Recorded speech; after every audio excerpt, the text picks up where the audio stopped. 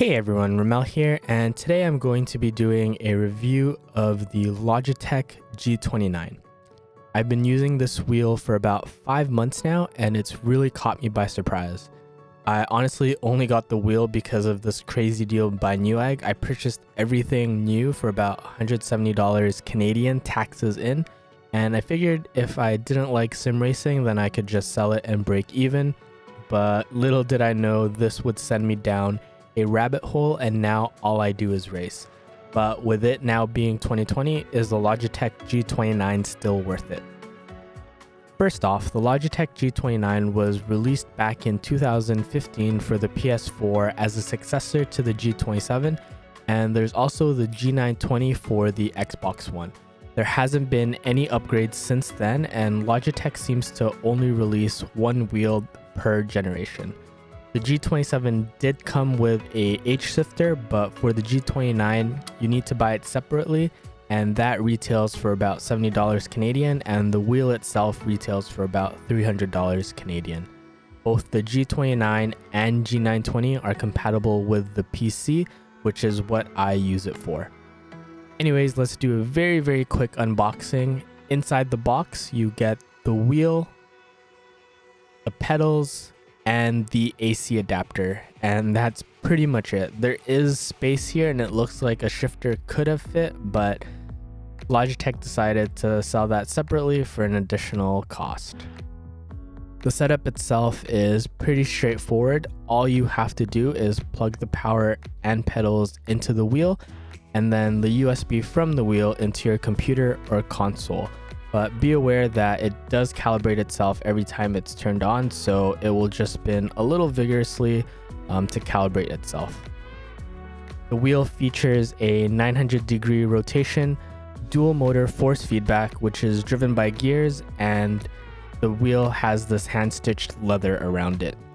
For the G29, there are 14 buttons, and the pedal shifters, you also have this dial, as well as this plus and minus buttons. The amount of force feedback that the wheel gives is about 2.1 Newton meters of torque, which is pretty good.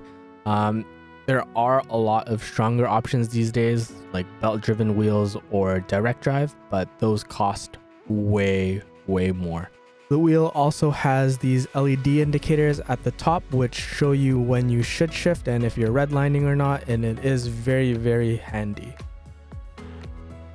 Pedals are all potentiometer based with a non-linear brake pedal, so that means the amount of throttle or clutch you give is based off of the distance that the pedal has traveled and not the amount of force, which is what load cell does. I don't really have too many issues with the throttle or the clutch, but the brake is something that you do really need to get used to. So the brake, there is an extra piece of rubber and the spring is a lot stiffer. So the first 50% feels pretty easy, but once you get past that, it does get a lot stiffer and you do really need to use a lot of force. The wheel and pedals can both be mounted in a rig or wheel stand, but for myself, I don't have the space for that, so I've been using it on my desk. The wheel does have these desk clamps built in and it's really easy to install. All you have to do is place it onto your desk and turn the knob until it's secure, and then you press it to lock it into place. The pedals can be put on the floor, but without using the carpet grip, or if it's not against something, the pedals will move if you use a lot of force on the brake. So I would really recommend making sure that it's up against something or you have a rig for these pedals, especially when you really need to hit those brakes. So once you have everything mounted and plugged into your computer, you will need to install Logitech gaming software or Logitech G Hub. For me, I had to use Logitech gaming software as Logitech G Hub caused issues for my Ryzen CPU, but I have had no issues with Logitech gaming software so far. Once you have the drivers installed, you can pretty much use this in any game that supports a wheel. Many of them do come pre-configured with settings for the Logitech G29, and in some cases you might have to use the Logitech G27 settings, but those are compatible with the Logitech G29. I've used this wheel on a lot of titles, including Project Cars 2, Assetto Corsa, F1 2019, and most recently iRacing, and I've had no issues whatsoever with the setup in any of these games. The wheel itself feels pretty good when driving. The force is good enough to really get a sense of how the car is handling. You do sometimes notice the gear skipping, and the force isn't as smooth as it can be in games like F1, where there is a lot of force feedback and it can get really jerky and loud. You can turn this down in the game settings, but for me, I do like using a lot of force. But it also really depends on the car that you're driving and how the game is set up to handle the force feedback. The one thing that you do have to remember is that if you are switching between games like iRacing and F1, you do need to adjust the rotation of the wheel. iRacing uses the whole 900 degrees, whereas F1 you really only want to be using about 360. You can set those in the game or through the Logitech gaming software. The buttons are laid out like a standard PlayStation 4 controller, where you have the D-pad on the left and the face buttons on the right. The shoulder buttons, as you can see, are under those, and you do have this rotary dial and the extra plus minus buttons. These can be mapped to anything that you need in-game to quickly adjust things in the car or other settings that you may need. And since I'm using it on the PC, I do have those extra buttons like Option, Share, and the PlayStation logo that I can also map to anything. The paddle shifters are also quite nice. They feel really firm and responsive. I've had no issues. I use them both for sequential and H shifters, and they work really well. The pedals are quite good, and I've had no issues with the throttle or clutch. I feel like those respond how I want them to. I also really don't use the clutch too much, as I tend to use the paddle shifters more, but I do use the clutch for when I need to launch the cars for the beginning of races. But besides that, it's always the paddle shifters. The biggest issues that I have had are definitely with braking. Anyone in the sim racing community will tell you that the pedals are probably what you want to upgrade first. You can get different springs and stoppers online that are miles ahead of the ones that come stock in the G29, but you won't get the same kind of consistency as you would with a load cell setup. I feel like I've been pretty okay in braking, but everyone on stream has told me that once I do try load cell pedals, I will see a big improvement when it comes to braking and being consistent, and that's where I'm going to shave a lot of time. But like I said earlier, I haven't had any issues with the throttle or clutch, and those don't really affect my times as much as braking would.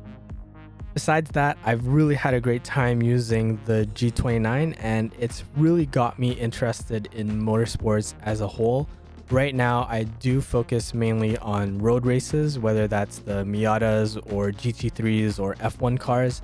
I've stuck really closely to road, and I've really enjoyed learning tracks and how to handle different corners. But I haven't really gotten into ovals yet, and that's something I plan on doing this year. But if you haven't seen me and want to see me race, I do stream on Twitch at twitch.tv/forbiddenx, and I continue to plan on getting better and also be more competitive. So if you want to follow me on that journey, be sure to check out my Twitch channel. In conclusion, if you're looking at getting started in sim racing, then I would highly suggest the Logitech G29 or G920. It's a perfect wheel to get your feet wet without having to drop too much money, and you get a lot of the features that you would want in a wheel. You can spend a little bit less and sacrifice the force feedback, and you can also spend a lot more and get a belt driven or direct drive wheel. And I feel like the G29 kind of fits right in the middle, where it's good value and it gets you what you need. You also do have some upgrade paths when it comes to the G29. You can use the wheel without the pedals, so you can choose to upgrade the pedals first. And you can also use the pedals and upgrade your wheel first, but you do need to have the actual Logitech G29 wheel plugged in as well. Anyways, that's gonna be it for me this week. I hope you guys enjoyed this video, and maybe it sparked some interest for sim racing for you guys. It is really fun, although the barrier to entry is a little bit more expensive than any other PC game out there, since you do need the wheel. But like I said, the G29 is a very good start. Just don't go off the deep end like I did. I am in the middle of upgrading my gear, so be on the lookout for those videos. I also do plan on making more mice and keyboard videos. I was feeling a little nostalgic, so I picked up the Death Adder. I'll be doing a review on this mice soon. This was the 2013 was the mouse I used for nearly 6 years before upgrading to the G703 and all the other mice that I've been using. So be on the lookout for that as well. If you guys enjoyed this video and want to see more, don't forget to hit that subscribe button.